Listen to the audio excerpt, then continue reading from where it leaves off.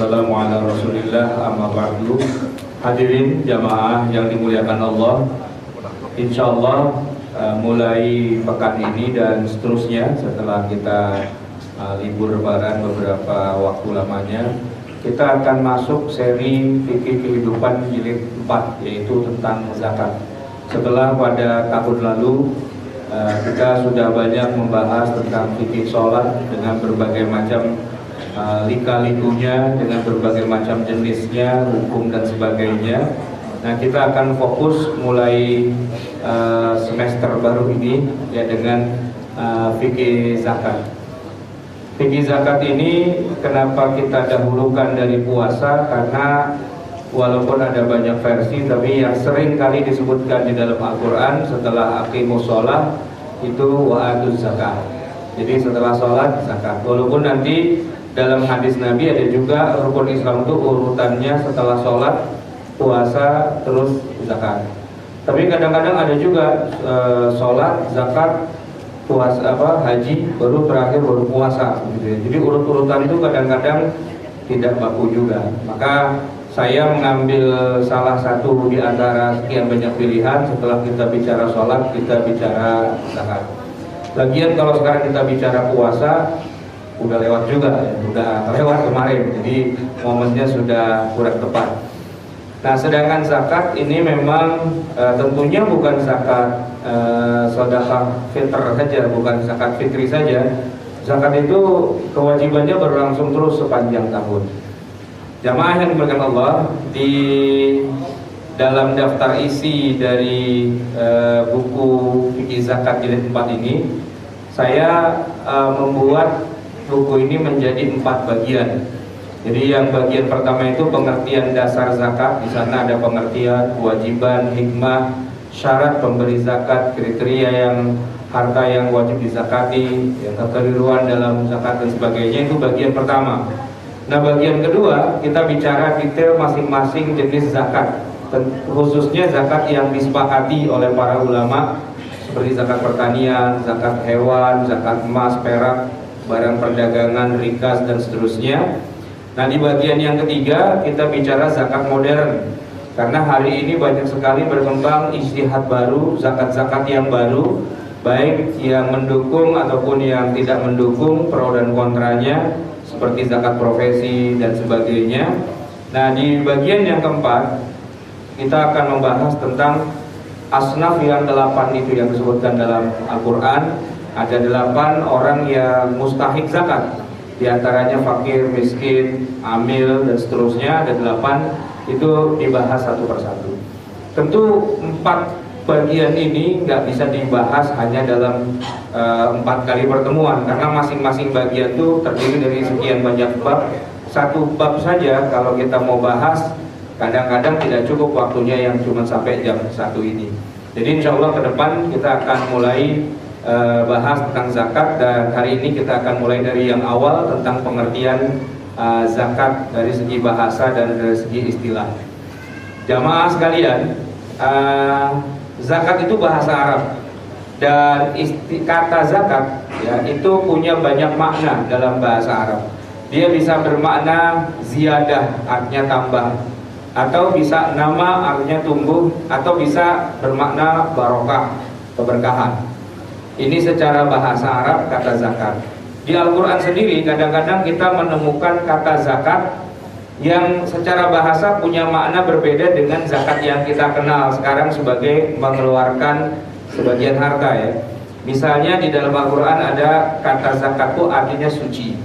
Allah Subhanahu wa ta'ala berfirman, qad aflaha man zakkaha. Sudah beruntunglah orang yang zakkaha, mensucikannya. Zakah di sini artinya bukan zakat yang kita kenal, tapi mensucikan. Atau di dalam ayat yang lain Allah berfirman, fa'aradna ayyubdilahuma rabbuhuma minhu khairan minhu zakatan. Zakatan di ayat ini artinya bukan zakat yang kita kenal, tapi perbaikan. Ini kan kisah tentang Nabi Khidir dengan Nabi Musa bepergian, lalu Nabi Khidir membunuh anak kecil. Nabi Musa protes gitu ya, kenapa kok anak kecil nggak punya dosa dibunuh? Ternyata Nabi Khidir itu tidak membunuh begitu saja, ada perintah dari Allah. Dan hikmah dibalik kenapa anak kecil ini dibunuh, karena untuk mencegah, ini Allah saja yang tahu, mencegah agar anak ini kalau gede nanti jadi orang jahat. Kasihan kedua orang tuanya punya anak yang jahat. Waktu masih kecil Allah perintahkan bayi ini dibunuh saja lewat tangan Nabi Khidir gitu ya. Lalu nanti Allah akan kasih lagi anak yang baru zakatan sebagai pengganti, sebagai perbaikan dari keturunannya. Jadi dibalik dari kisah wafatnya anak kecil itu, boleh jadi Allah memang punya skenario yang berbeda.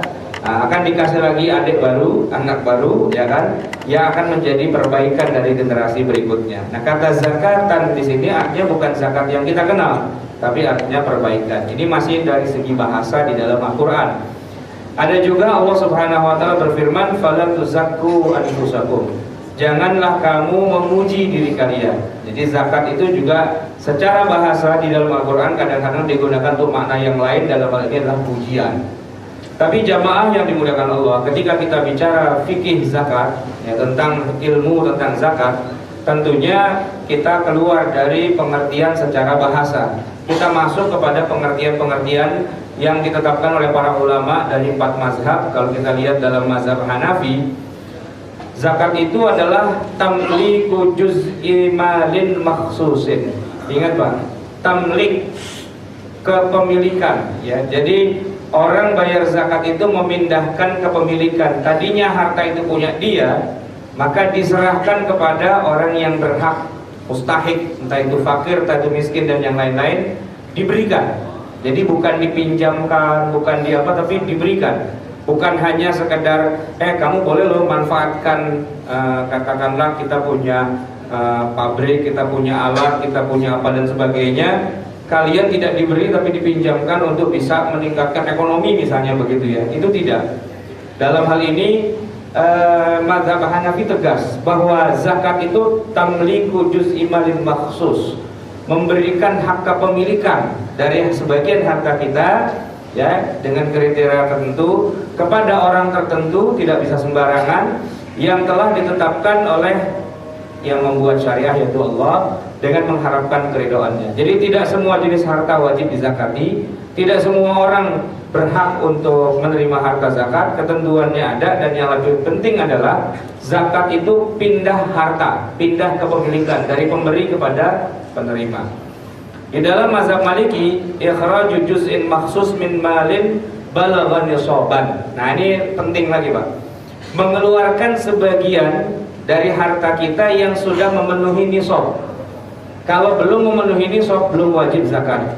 Limustahiqihi, diberikan kepada orang yang berhak, in tammal bilku wal haulu, dengan syarat kepemilikannya sudah sempurna. Artinya harta itu memiliki kita 100%, bukan harta pinjaman, bukan harta subhat, bukan harta haram, bukan harta Spanyol dan sebagainya. Wal haul, dan sudah dimiliki selama 1 haul, 1 tahun. Jadi kalau orang baru terima duit, tiba-tiba dia wajib bayar zakat, itu ngawur, tidak sesuai dengan ketentuan syariah. Dalam ketentuan syariah, harta yang wajib dizakati itu kalau sudah dimiliki dulu secara sempurna. Oleh karena itu, motong gaji belum diterima udah dipotong, itu bukan zakat dalam konsep mazhab Maliki.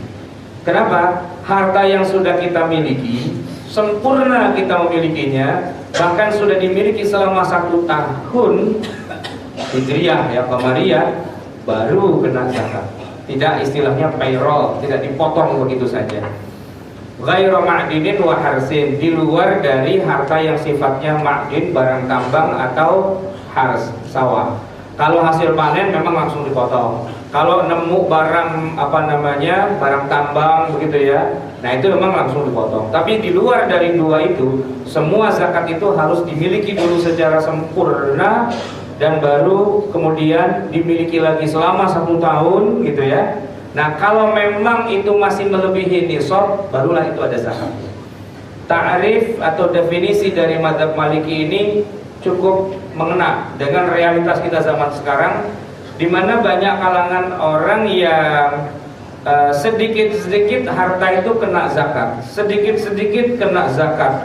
kena zakat kok cuma sedikit gitu ya. Nah ini pengertiannya agak dalam gitu. Tidak semua kena zakat. Kira-kira Pak, kalau kita bikin perbandingan tuh begini, para ulama menetapkan bahwa rukun Islam yang 5 itu ya, syahadat, sholat, puasa itu adalah ibadah yang semua orang Islam tuh bisa melakukannya. Syahadat tuh gampang ngucapin, sholat juga ya perbuatan dan lafaz tuh gampang. Puasa apalagi ya, makin miskin kita makin gampang puasa ya, karena jarang-jarang makan gitu ya. Tapi yang 2 lagi yaitu zakat dan haji memang hanya diperuntukkan kepada orang-orang khusus, yaitu mereka yang secara umum mampu punya harta. Kalau nggak mampu, nggak punya harta, dia nggak wajib zakat gitu. Nah, sholat Pak, tidak semua jenis sholat itu wajib. Dari saya menulis buku kitab fikih sholat itu, yang saya tulis sholat sunnah kira-kira ada 15 gitu ya. Dari 15 jenis sholat yang ada, semuanya itu sunnah, nggak ada yang wajib. Yang wajib cuma 1, yaitu sholat 5 waktu gitu. Kita tidak menafikan adanya sholat-sholat sunnah ya kan, sebagai tambahan dari sholat 5 waktu. Nah tetapi tidak pernah ada kisahnya ada ulama yang merasa sholat wajib itu terlalu dikit, cuman 5 harusnya ditambahin, sehingga kemudian dia mengubah tahajud jadi wajib, sholat duha jadi wajib, tahiyatul masjid jadi wajib, ba'diyah qobliyah jadi wajib. Itu kita nggak pernah menemukan Pak. Nggak pernah ada sholat sunnah naik derajat jadi wajib, itu nggak ada gitu. Ya sholat wajib ya dari zaman Nabi sampai kini aja cuma 5 itu, zuhur, asar, maghrib, isya, subuh, udah itu aja. Tidak pernah ada yang berusaha menambah-nambahi sholat sunnah itu diubah jadi sholat fardu. Nah, zakat gitu juga Pak. Yang diwajibkan oleh Allah itu jenis harta tertentu saja yang wajib dizakati. Di luar dari kriteria yang dizakati sebenarnya tidak wajib gitu. Cuma yang menarik untuk kita amati di zaman sekarang, banyak kalangan yang kemudian menambah-nambahi sebenarnya itu tidak wajib, itu sedekah, berpahala, hukumnya sunnah gitu ya. Tapi kemudian dinaikkan derajatnya menjadi zakat sehingga hukumnya jadi wajib.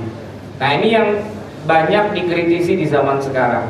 Kenapa kok sedekah yang tadinya sunnah tiba-tiba naik derajat jadi wajib, sehingga seolah-olah kalau dia nggak bayar itu berarti dia dosa. Kenapa dianggap dia tidak mau bayar zakat? Padahal zakat itu syaratnya sangat ketat. Tidak semua harta yang bernilai tinggi lantas kena kewajiban zakat. Tidak. Hanya jenis zakat tertentu, juz'in makhsusin ya, sebagian dari yang khusus saja. Itu pun kalau jumlahnya melebihi nisab, itu pun kalau sudah dimiliki selama 1 tahun, barulah ada kewajiban zakatnya. Ini menurut mazhab Maliki. Nah dalam mazhab Syafi'i dan Hambali kurang lebih hampir sama. Saya ingin memberikan kepada jamaah sekalian positioning antara zakat dengan ibadah yang bersifat harta yang lain. Kita mengenal ada 3 istilah yang ngetop: zakat, infak, sodakoh gitu ya Pak ya. Nah zakat, infak, sodakoh ini hampir mirip tapi punya perbedaan yang mendasar. Di mana letak perbedaannya? Kita buat skematisasinya Pak. Yang paling dasar itu adalah infak. Dari kata anfaqa yunfiqu, artinya mengeluarkan harta atau membelanjakannya. Jadi kalau seseorang punya harta, lalu dia keluarkan harta itu baik dengan mukabil, dengan imbalan, atau tanpa imbalan, mengeluarkannya itu namanya anfaqa yunfiqu, infak gitu. Jadi kurang lebih misalnya begini Pak, kita ini kan karyawan, kita kerja setiap bulan dapat gaji kan. Nah gaji itu masuk rekening kita, begitu keluar lagi dari rekening kita, bayar kontrakan, bayar cicilan, bayar kreditan ya, bayar, itu semua yang dikatakan bayar itu masuk dalam kelompok besar namanya infak, yang ada mukabil, ada imbalannya. Begitu kita masukin kotak amal masjid, kita kasih anak yatim, kita kasih panti asuhan, kita kasih fakir miskin, janda dan sebagainya, itu kan tidak ada imbalannya kecuali nanti di akhirat, begitu ya. Itu juga masuk dalam infak. Jadi infak itu luas, Pak. Ada imbalan, tidak ada imbalan. Ngeluarin harta itu namanya anfaqa yunfiqu infaqan. Nah, infak itu kemudian ada dua macam, Pak. Ada yang kita mengeluarkannya di jalan Allah, ya. Itulah yang disebut dengan sedekah, ya. Jadi infak dengan sedekah itu dia dekat banget, ya. Cuma bedanya kalau sedekah itu sesuatu yang pasti baik. Sedekah itu pasti baik. Kalau yang tidak baik namanya tidak sedekah, walaupun istilahnya tanpa imbalan tapi jelek gitu ya. Nah, itu namanya bukan sedekah, itu di jalan setan. Ketika seorang mengeluarkan duit buat anaknya, bayaran sekolah, istrinya, ya, nafkah, kemudian dia kasih untuk segala kebutuhan hidupnya, belanja di pasar, itu namanya infak, ya kan? Nah, ketika dia tidak meminta imbalan di jalan Allah saja, itulah yang namanya sedekah, gitu. Nah, sedekah ini banyak di dalam Al-Quran disebutkan. Segala yang di jalan Allah itu namanya sedekah.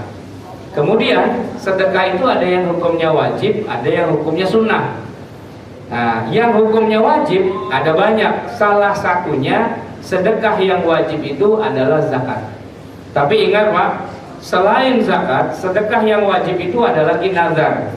Misalnya begini, kalau saya misalnya katakanlah diterima bekerja di suatu instansi yang saya idam-idamkan sejak dulu, maka nanti saya akan mengeluarkan harta saya.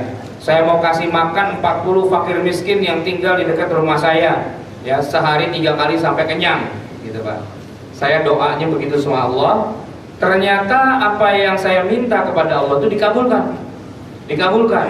Maka apa yang tadi saya niatkan mau ngasih makan 40 fakir miskin itu berubah, Pak, jadi wajib hukumnya.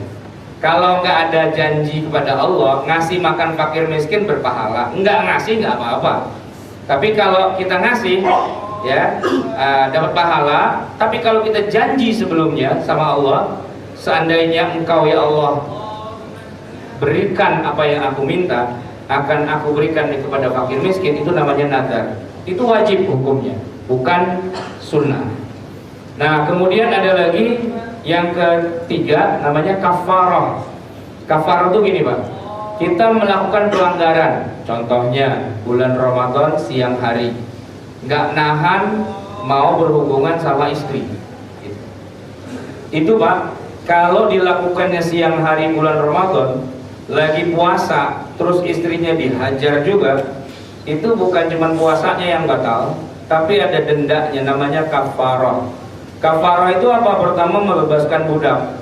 Kalau nggak bisa puasa 2 bulan berturut-turut, kalau nggak bisa juga kasih makan 60 fakir miskin.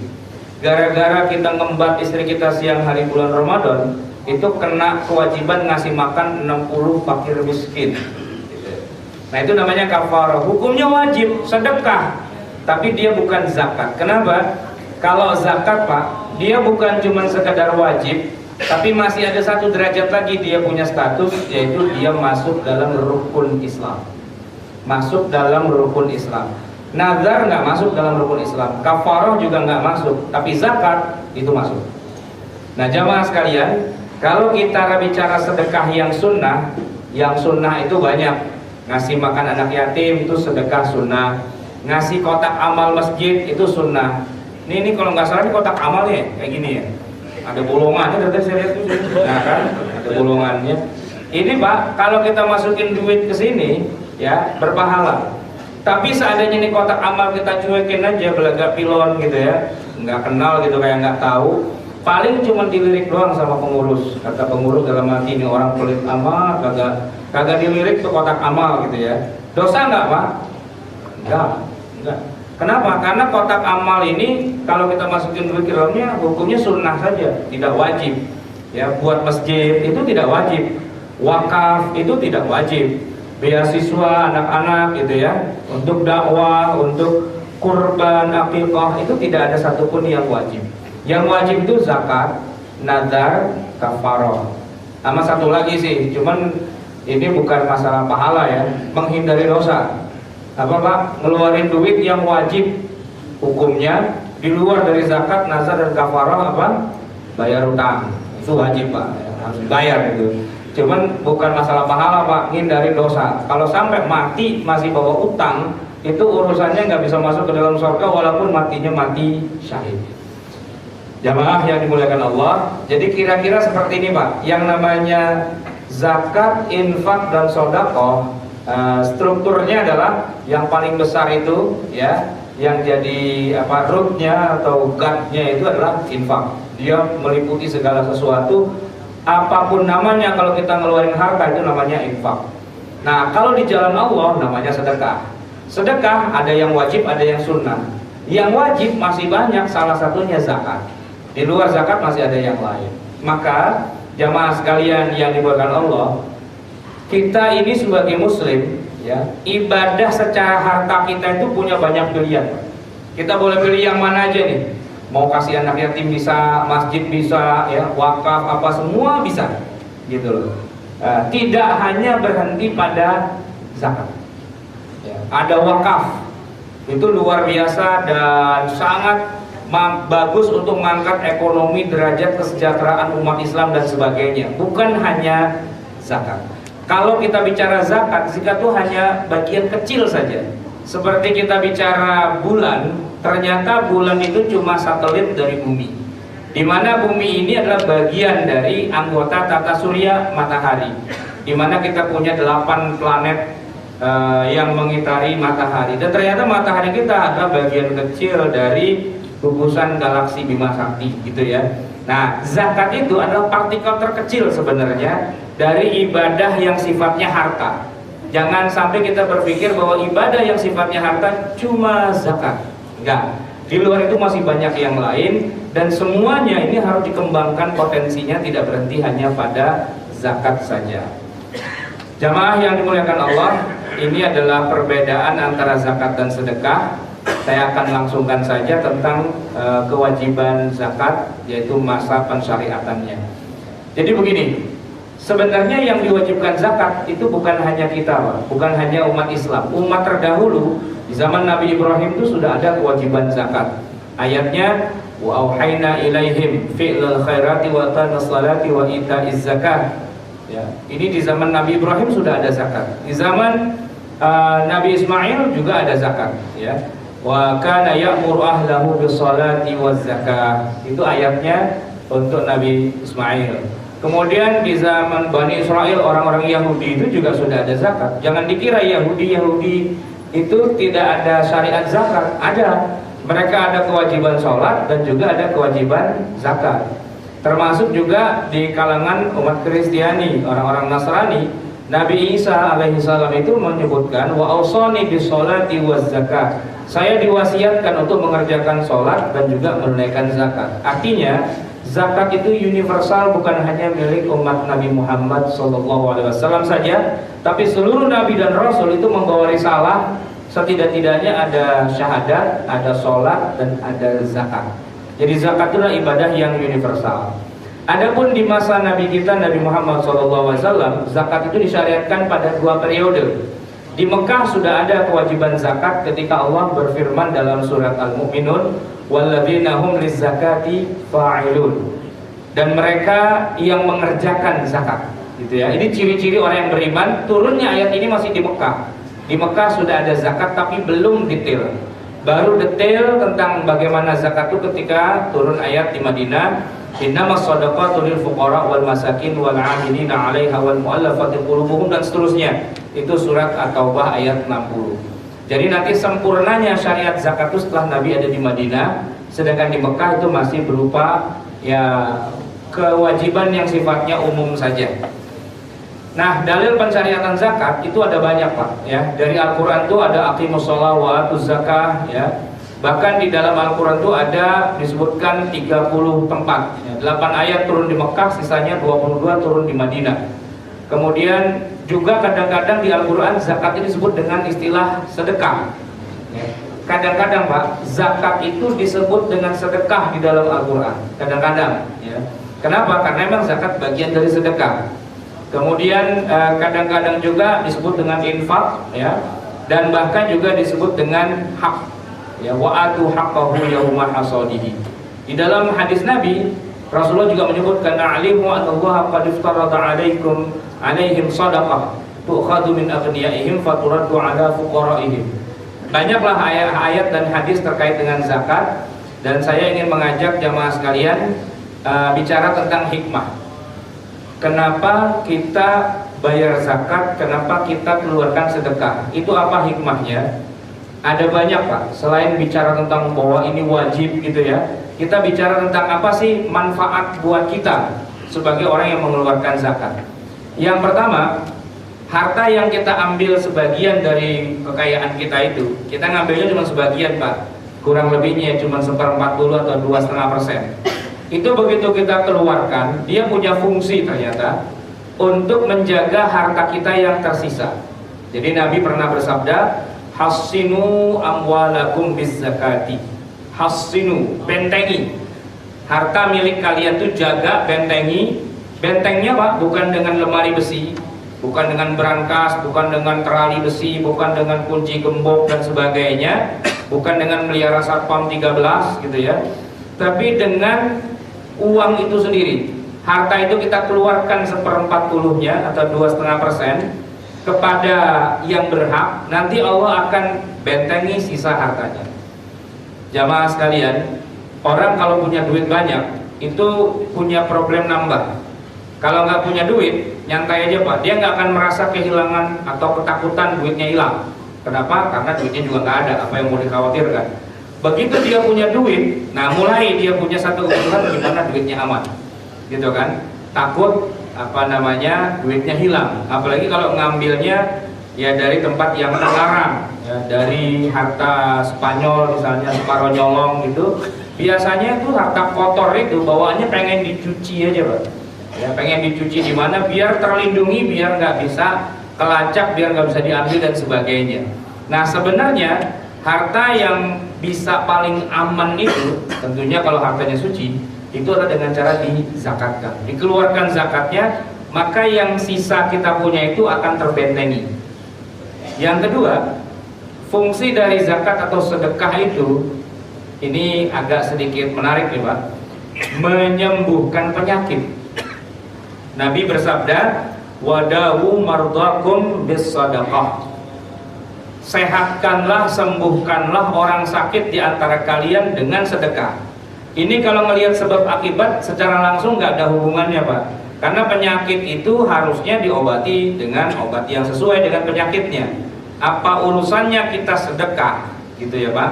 Begini, walaupun Nabi pernah bersabda bahwa Allah tidak menurunkan suatu penyakit kecuali turun juga bersamanya obatnya.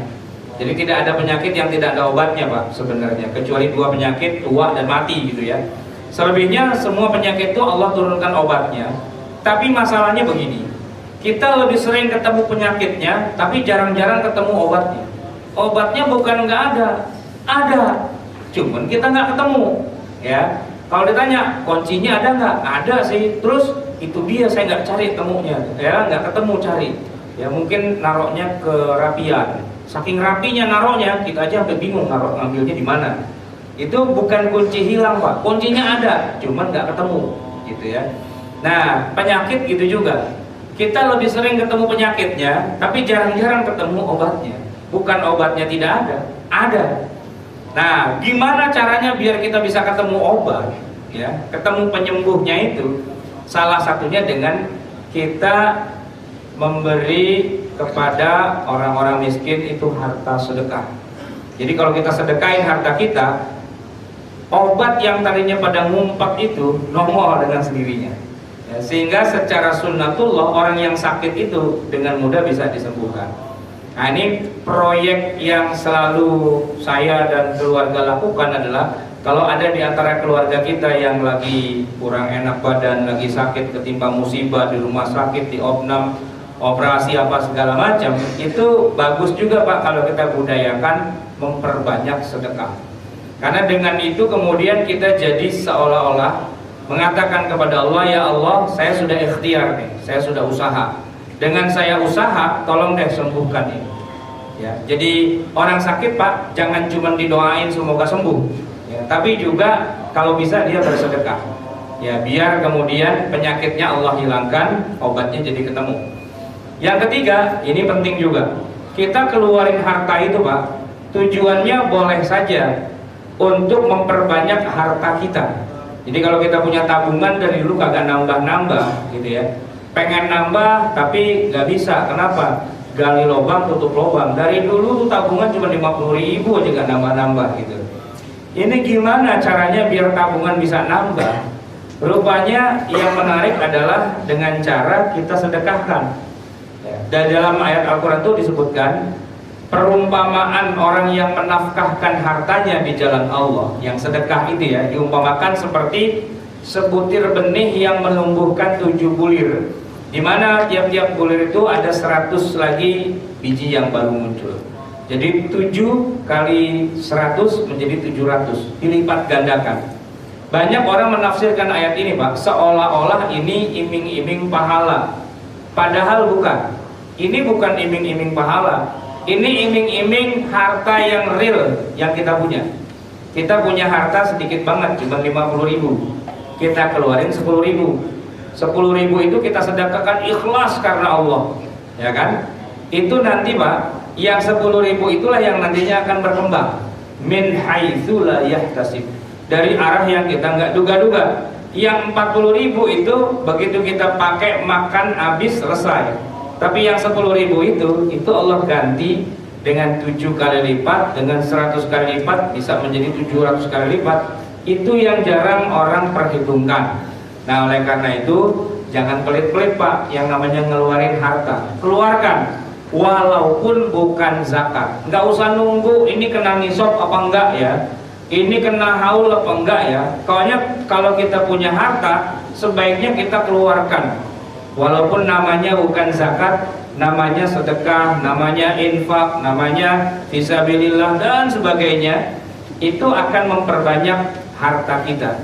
Disitulah yang orang sebut dengan istilah keberkahan. Jadi saya punya sekolah nih Pak di sini di Kuningan, di Setiabudi. Kita ini sekolah swasta, madrasah. Jadi kita tidak dapat bantuan dari pemerintah gitu ya. Guru-guru yang ngajar di tempat saya ini rata-rata orang miskin Pak. Orang miskin dalam arti ya pemasukannya cuma dari ngajar itu aja. Dan kalau saya ngelihat bendahara yayasan saya ini ngasih gaji, saya nggak tega ngelihatnya Pak. Karena gaji cuma 1 juta, 1.200.000, 1.300.000. Bayangin Pak, di tengah kota Jakarta di Kuningan gaji sebulan 1.200.000. Kita kan cuma buat makan doang bertiga itu udah habis segitu Pak. Ya kan, sekali makan. Dia nih Pak buat satu keluarga. Yang saya heran ternyata cukup. Saya juga bingung, kok bisa cukup gitu ya. Begitu saya cek rupanya Pak, memang gajinya cuma 1.100.000, 1.200.000. Tapi pemasukan, orang Betawi bilang selemperannya dari yang lain, wah itu banyak banget. Nggak jelas dari mananya, tapi masuk aja. Rupanya tiba-tiba orang tuanya wafat gitu ya, dan meninggalkan harta tanah warisan. Nggak banyak sih, cuma 2.000 meter di Kuningan Pak gitu. 2.000 meter di Kuningan Pak. Ya dia anak ada 2 ya, jadi seorang 1.000 meter Pak. Di Kuningan ini harga tanah, kalau dulu zaman saya masih kecil, masih SD lah gitu, paling harga tanah tuh 50.000 semeter, 40.000 semeter. Itu pun udah mahal banget. Sekarang ini tetangga saya tuh jamaah pengajian di rumah, dia jual tanah semeter 59 juta semeter Pak. Nih begini 59 juta Pak gitu. Dia punya tanah 1.000 meter gitu. Saya nggak bisa ngitung tuh Pak, banyak lah pokoknya begitu. Dia guru di rumah saya, gajinya 1 juta, cuma 1 juta sebulan. Tapi Allah kasih dari yang lain itu, tiba-tiba tanah di Kuningan mahal aja begitu, ya kan? Kita Pak kalau pengen punya duit sebanyak yang dia punya udah nggak mungkin lah. Biar kata kita kerja dari kecil sampai tua sampai ubanan, nggak mungkin kita punya duit segitu banyak. Ini orang Dari kecil itu Pak, dari masih muda udah ngajar di tempat sekolahan saya. Ya digaji segitu ya udah gitu terus saja. Orang pada cari kerja kemana, pada resign, dia terus aja gitu. Saya bilang ente betah juga ngajar di sini, yang penting berkahnya Ustaz. Ya udah bagus. Dia ngomong begitu Pak 20 tahun yang lalu. Sekarang saya lihat, rumahnya gede banget Pak. Dan begitu dia jual tanah sebagian dari 1000 meter cuma 500 dia jual. Jadi tanah banyak Pak di sekeliling Jakarta ini. Dan di semua tanahnya itu dia bikinin apa? Rumah kontrakan petak. Ya, enggak banyak sih. Dari sini sampai sana 20 pintu, Pak. 20 pintu kali 3 lantai. Satu pintu tuh, Pak, sebulan 2,5 juta satu pintu. Kali sana, Pak, 20. Kali ke atas 3. Itu ATM gedor, Pak. Kita kalau pakai ATM itu Pak, kan kita mesti pakai PIN, ya kan? Dia nggak pakai PIN Pak, gedor-gedor aja, blok, woi bayar luar. Itu yang namanya berkah tuh Pak, luar biasa. Saya jadi saksi berkali-kali orang yang kayak gitu. Ya emang gajinya 1.200.000 Pak, dia nggak mau terima 200.000-nya, yang 1 juta diambil, yang 200.000 dibalikin lagi ke saya sebagai pengurus yayasan. Kenapa? Ini buat infak Ustaz, anak yatim, janda-janda, fakir miskin 200. Berapa persen tuh Pak dia bayar tiap bulan? Itu bukan zakat. Pokoknya saya mau sedekah Ustaz. Gitu. Saya ambil 1 juta, yang 200 saya naikin gajinya dari 1.200.000 jadi 1.500.000. Tetap aja dia minta yang 1 jutanya doang. Yang 500 fisabilillah Ustaz. Merem. Gitu. Saya mau terima nanti di akhirat. Ternyata Allah nggak tunda pembalasannya, nggak cuma di akhirat nanti gitu ya, enggak. Di dunia pun langsung dikasih keberkahan. Udah. Begitu dia udah kaya raya, saya lihat dia masih ngajar aja di sekolah saya. Saya bilang, Pak, masih ngajar aja, mobil banyak buat pakai kemana kayak gitu. Itu dunia Ustaz, saya lagi nyari akhirat. Yalah, cakep banget Ustaz. Kalau bisa kayak gitu tuh kita pengen tuh Pak, kayak gitu ya. Luar biasa. Yang lain pada kawin lagi apa segala dia. Namanya orang berkah tuh Pak, di situ Pak. Kalau dia dapat duit banyak, kaya, terus foya-foya pergi haji, kawin lagi dan sebagainya, biasanya nggak lama tuh Pak. Bures biasanya itu. Ya, sekarang doang dia kaya, 2 tahun lagi balik lagi kemari Pak. Bekas tanahnya dia dulu, di situ dia duduk jadi tukang ojek gitu ya. Paling cerita, karena dulu punya engkong saya nih, gitu kan. Paling begitu doang, ya kan. Tapi terus ya udah dijual, ya, terus dia jadi tukang ojek di sini. Musuhan lagi sama Gojek. Ya. Mensucikan jiwa, orang keluarin harta zakat itu Pak. Itu bukan mensucikan harta, enggak. Keliru kalau orang bayar zakat itu maksudnya mensucikan hartanya, itu keliru. Kenapa? Karena orang bayar zakat Pak, hartanya itu harus yang sudah suci gitu. Kalau hartanya masih Spanyol, masih ada nimpe, nilep, nipu gitu ya, kerjain orang, meres dan sebagainya begitu Pak, itu harta itu nggak jelas halal apa enggak gitu ya. Kebanyakan enggaknya daripada halalnya. Udah gitu dia berpikir gimana caranya harta ini jadi halal, keluarin 2,5% buat zakat. Nggak diterima Pak, nggak diterima dan malah bikin dosa. Kenapa? Karena yang wajib di zakat itu hanya yang sudah suci. Ini harta saya terima dengan peras keringat, banting tulang, halal 100%, keluarin zakatnya. Tapi kalau hasil dari yang nggak jelas tadi itu, jangan dikeluarin Pak zakatnya. Jangan dimakan, jangan juga balikin. Ya, minjem kagak balikin gitu. Meres orang, balikin. Ya, harta riba, balikin. Ya, nipu dan sebagainya, balikin. Itu yang suka ngirim-ngirim SMS tuh, yang papa di kantor polisi segala macam gitu-gitu, itu balikin. Itu harta haram lah itu, nipu, meres, ya menghipnotis orang dan sebagainya, termasuk korupsi dan sebagainya, balikin. Yang begitu-begitu tidak boleh dizakati dan tidak boleh dimiliki. Yang ada ya dikembalikan lagi. Kalau masih dimakan juga, bahkan masih dikeluarin zakatnya juga, zakatnya udah nggak sah, dosanya nambah. Dan kita Pak, sebagai misalnya kita sebagai pengurus zakat, tahu nih orang nih maling nih gitu, maling bayar zakat, gitu ya. Kan ada zakat profesi, ada zakat maling. Ya. Makin banyak dia nyolong, makin banyak dia kasih zakat. Kalau kita tahu emang itu dasarnya dia maling, nggak, kita tolak Pak. Nggak usah. Kenapa? Ngerusakin harta zakat ini. Dan yang tahu hal-hal seperti ini bukan cuma kita. Orang kafir di masa Rasulullah, di zaman Nabi masih kecil itu, Ka'bah doyong Pak, hampir roboh gara-gara sudah dimakan usia. Nah, para pemuka kafir Quraisy di masa itu sepakat ngumpulin duit buat merenovasi Ka'bah. Tapi mereka bikin kesepakatan begini, yang boleh kita keluarkan buat renovasi Ka'bah hanya harta yang halal saja. Kalau harta hasil nyolong, ngerampok dan sebagainya itu nggak boleh. Jual khomer nggak boleh. Hasil meres, renten, riba nggak boleh. Itu yang ngomong bukan Nabi Pak, bukan orang Islam, bukan sahabat. Orang kafir, Abu Jahal, Abu Lahab tahu bahwa untuk merenovasi Ka'bah itu nggak boleh pakai harta yang separuh nyolong itu. Orang kafir aja tahu. Nah, bagaimana dengan kita? Maka zakat itu Pak, ketika kita keluarkan itu bukan buat mensucikan harta kita, bukan. Zakat itu kita keluarkan untuk apa? Untuk mensucikan dosa kita. Kita nih Pak punya dosa banyak. Kalau kita cerita astagfirullah, istighfar, Allah ampuni. Tapi dosa-dosa yang besar-besar itu nggak gampang diampuni dengan istighfar. Ibarat kata kita mandi Pak, badan kita kotor, kumal, dekil, ya, berminyak, ya, berlemak, berdaki dan sebagainya. Mandinya cuma pakai air Pak, segar sih seger, tapi nggak bersih. Habis mandi masih gatelan aja gitu. Kenapa? Karena kumannya belum hilang semua.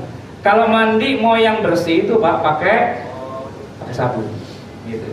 Kita gosokin badan kita sampai sabunnya berbusa dan dia menarik kuman-kuman, baru kita bilas dengan air, baru bersih gitu. Nah, orang kalau bikin dosa Pak, kalau cuma sekedar istighfar, mengucapkan astagfirullahaladzim mau 1.000.000 kali, iya sih rontok dosanya. Tapi dosa-dosa yang kelihatan aja Pak, dosa yang beneran, yang membandel, ibaratnya noda yang bener itu nggak hilang. Nah, untuk menghilangkannya mesti pakai sabun, sabunnya tuh zakat. Jadi sambil kita taubat, nangis-nangis minta ampun, zakatnya keluar Pak. Mensucikan jiwa kita. Itu deterjennya, itu sabunnya. Yang dengan dua sisi itu, ada sabunnya, ada airnya, maka kotoran akan hilang. Dengan kita minta ampun dan kita bayar zakat, itu akan menghilangkan dosa-dosa kita. Itu konsepnya seperti itu. Dan yang berikutnya, hikmah dari zakat ini adalah mencegah bencana. Bencana-bencana yang sering terjadi di tengah masyarakat kita, salah satu faktor penyebabnya adalah banyak orang kaya yang tidak mau bayar zakat. Jadi kalau ada musim paceklik kayak kita sekarang ini Pak, janganlah sholat istisqa, percuma. Kenapa? Nggak akan diterima juga gitu. Jadi kalau mau sholat istisqa, bagusnya calon peserta sholat istisqa itu pada bayar zakat dulu, bayar sedekah dulu, berbagi dulu kepada fakir miskin dan sebagainya. Sudah itu baru mereka sholat istisqa. Kalau enggak, mau istisqa tunggang-tungging 10 kali juga nggak akan turun hujannya. Kenapa? Orang kayanya nggak bayar zakat. Orang kayanya pada pelit gitu. Harusnya mereka berbagi, share kepada yang lain, dia nggak bagi. Maka Allah yang di langit pun juga tidak mau men-share air hujannya itu. Jadi sunnahnya kalau kita sholat istisqa Pak, itu kita sebarin dulu ya, amal soleh, zakat, infak, sedekah dan sebagainya, kita bagikan fakir miskin semuanya. Nanti dengan mudah Allah akan turunkan hujan. Ma mana'a qaumun az-zakata illa ibtalahum Allahu bis-sinin. Tidaklah suatu kaum enggan mengeluarkan zakat kecuali Allah memberi bencana dengan kelaparan dan kekeringan. Baik, yang terakhir adalah ungkapan rasa syukur. Jadi kalau kita syukur bahwa kita punya harta banyak, Allah itu perlu juga kita kasih terima kasih dengan cara kita berbagi kepada orang miskin, biar ini menjadi syukur kita kepada Allah. Banyak orang yang syukurnya diubah Pak, bukan dengan berbagi pada fakir miskin, berbaginya kepada orang kaya dengan acara syukuran. Syukuran itu dia bikin pesta, nanggap wayang 7 hari 7 malam. Yang datang Pak bukan orang miskin, orang kaya. Bikin pesta syukuran di rumah, yang diundang orang kaya semua. Yang dengan makanan itu dia nggak butuh.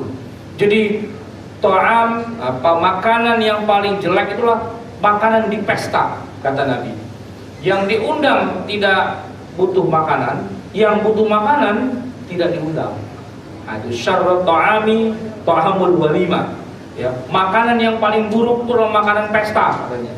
Mau pesta pernikahan, kayak pesta apa, hajatan dan sebagainya, itu paling buruk kata Nabi. Kenapa? Kalau yang diundang nggak butuh makanan, yang diundang orang kaya. Buat makanan kayak gitu dia bisa tiap hari 7 kali bolak-balik masuk restoran, duitnya nggak kurang-kurang. Kenapa? Orang kaya. Ya kan, orang kaya dikasih makanan itu namanya bukan syukuran, itu namanya pesta. Nah, yang baik adalah makanan ini disediakan buat fakir miskin. Orang kaya nggak usah diundang lah, udah banyak dia makan di mana-mana. Nah, yang lucu Pak, kita kalau walimahan tuh lucu gini, diundang juga fakir miskin, yaitu anak yatim, ya kan? Dikasih di dadanya tulisan anak yatim, fakir miskin. Ya, yang miskin-miskin maju ke depan, miskin semua. Bayangin Pak, itu yang baris tuh Pak, anak bapak gitu loh. Dikasih label miskin, yatim, apa enggak berpesmili mata kita, ya kan? Jadi kalau mau undang orang miskin aja udah, kayaknya nggak usah diundang, gitu loh. Nanti orang kaya bikin aja pesta sendiri, ya, kasih nasi goreng aja selesai udah begitu. Ya, kalau mau bikin syukuran hajatan itu Pak, undang hanya orang miskin saja, nggak usah dibeda-bedakan, pokoknya yang miskin-miskin gitu, yang jelek-jelek, yang mukanya nggak jelas itu semua kita undang Pak, ya. Yang rumahnya reot, yang bajunya nggak karuan, ayo makan semua di sini. Ya, ini tempat makan kalian, makan sepuasnya. Yang kaya-kaya nggak usah, ya. Yang kaya-kaya bawa berkat sendiri dari rumah, gitu.